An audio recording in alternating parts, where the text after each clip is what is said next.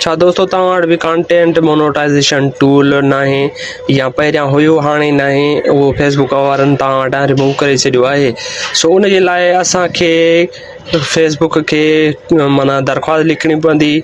उन जे लाइ दरख़्वास्त लिखणी पवंदी त असांखे कंटेंट मोनेटाइज़ेशन टूल ॾिनो वञे, जेको विडियोनि ते अर्निंग थिए पई हिन महिल कंटेंट मोनेटाइज़ेशन टूल जे ज़रिए। सो उन जे लाइ असांखे सभ खां पहिरियों पंहिंजे प्रोफाइल में अचिणो पवंदो। प्रोफाइल में अचण खां बाद में तव्हांखे अचिणो पवंदो रिपोर्ट ए टेक्निकल प्रॉब्लम में।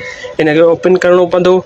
कुझु टाइम वठंदी ओपन थियण जे लाइ, सो तव्हां परेशान न थियो। या ओपन थियण खां बाद में उन में जेको आहे दरख़्वास्त लिखणी पवंदी। सो मां तव्हांखे सॼो प्रोसेस हिन वीडियो ज़रिए ॿुधायां पियो। सो वीडियो आख़िर ताईं ॾिसिजाओ। उन खां बाद में इंक्लूड खे हणिजाओ। इंक्लूड खे ओपन करे तव्हां ईंदव प्रोफाइल में। प्रोफाइल ओपन करे सभ खां पहिरियों असांखे हिकिड़ो सबूत खपे त फेसबुक टीम खे सबूत ॾियणो आहे त असां वटि वाक़ई मौजूदु न आहे। इन जे लाइ असांखे हिकिड़ो स्क्रीन शॉट कढणो पवंदो पंहिंजे प्रोफाइल जो, त असां वटि वाक़ई कंटेंट मोनेटाइज़ेशन टूल हिन महिल अवेलेबल न आहे। सो स्क्रीन शॉट असां वठंदासीं।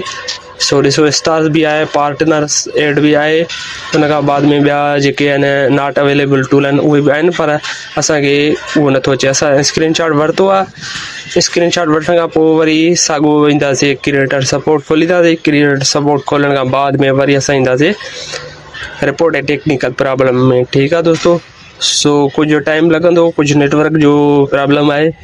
सो तव्हां घबरायो न, तव्हांखे सभु कुझु मां हिन वीडियो ज़रिए ॿुधायां पियो त कंटेंट मोनेटाइज़ेशन टूल फेसबुक कीअं वठिजे। सो हाणे वरी इहे खुली वियो आहे। इनखे इंक्लूड कंदासीं।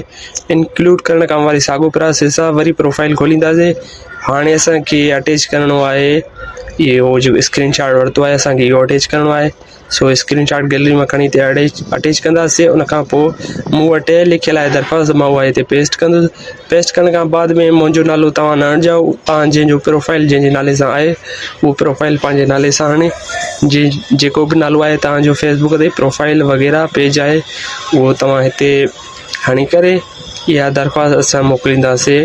ठीकु आहे। मथां एरो वारो निशान आहे, सो असां एरो वारे निशान खे हणंदासीं त इहा दरख़्वास्त फेसबुक टीम खे वसूल थी वेंदी। ऐं कुझु ॾींहंनि में या कुझु कलाकनि में अंदरि तव्हांजो जेको मसइलो मसाइल आहे छाजे करे वापसि कयो वियो आहे उहो सॼो कुझु ॾिसी करे फेसबुक टीम फ़ैसिलो करे या तव्हांखे ॾींदी, या कुझु तव्हांखे अहिड़ो मसइलो ॿुधाईंदी जेको तव्हांखे उन मसइले ते मतिलबु गौर करिणो पवंदो। उन खां बाद में तव्हांखे इहो साॻियो टूल वापसि ॾिनो